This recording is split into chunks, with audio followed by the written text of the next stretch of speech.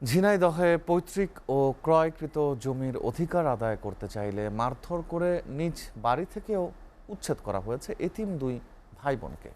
জীবন সংকটে বাড়ি থেকে পালিয়ে ভাড়া বাসায় মানবেতর জীবনযাপন করছেন ভুক্তভোগীরা। হালে জীবনের নিরাপত্তা চেয়ে দাঁড়ে দাঁড়ে ঘুরছেন তারা। ঝিনাইদহ প্রতিনিধি ফয়সাল আহমেদের প্রতিবেদন। ঝিনাইদহ সদর উপজেলার ডাকবাংলা গ্রামের মাগুরাপাড়ার এই বাড়িতে বাস করতেন ওই গ্রামের কাজী ফারুক ও তার ছোট বোন কাজী শাহনাজ। 1 মাস আগে বাড়িতে হামলা চালিয়ে মারধর করে তাদের বাড়ি থেকে বিতাড়িত করেছে চিহ্নিত সন্ত্রাসী আবু কালাম ওরফে বাবুল মাস্তান, আব্দুল বাড়ি, মমিন ড্রাইভার সালাম সহ আরও কয়েকজন দুর্বৃত্ত। হামলাকারীরা বাড়িতে থাকা নগদ টাকা, জমির কাগজপত্র, ব্যাংকের চেক, সার্টিফিকেট, স্ট্যাম্প সহ সকল কাগজপত্র নিয়ে যায়। এ ঘটনায় আদালতে মামলা করলে দেওয়া হচ্ছে হত্যার হুমকি। আমি জামানি অনেকদিন ধরে ভুগতেছিলাম, তারপর ডিসি স্যার এবং চেয়ারম্যান স্যার সহযোগিতায় আমরা জমিগুলো বুঝে পাই। কিন্তু হঠাৎ করে এলাকার কিছু কুচক্রী মহল সন্ত্রাসী এরা আবার সেই জমিতে আবার হামলা করে।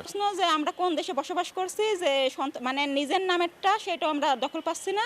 জমির প্রকৃত মালিকদের প্রতি অবিচার করা হচ্ছে স্বীকার করে স্থানীয় জনপ্রতিনিধি বলেছেন, ভুক্তভোগীরা এলে আবারও বিষয়টি সমাধানের চেষ্টা করবেন তিনি।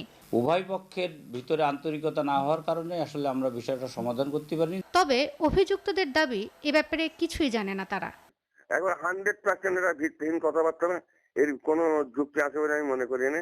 যেখানে আমার যাওয়া নেই, আসা নেই, তা নেই, কিছু সম্পর্ক নেই, সেখানে আমার প্রশ্ন ওঠে কি করে।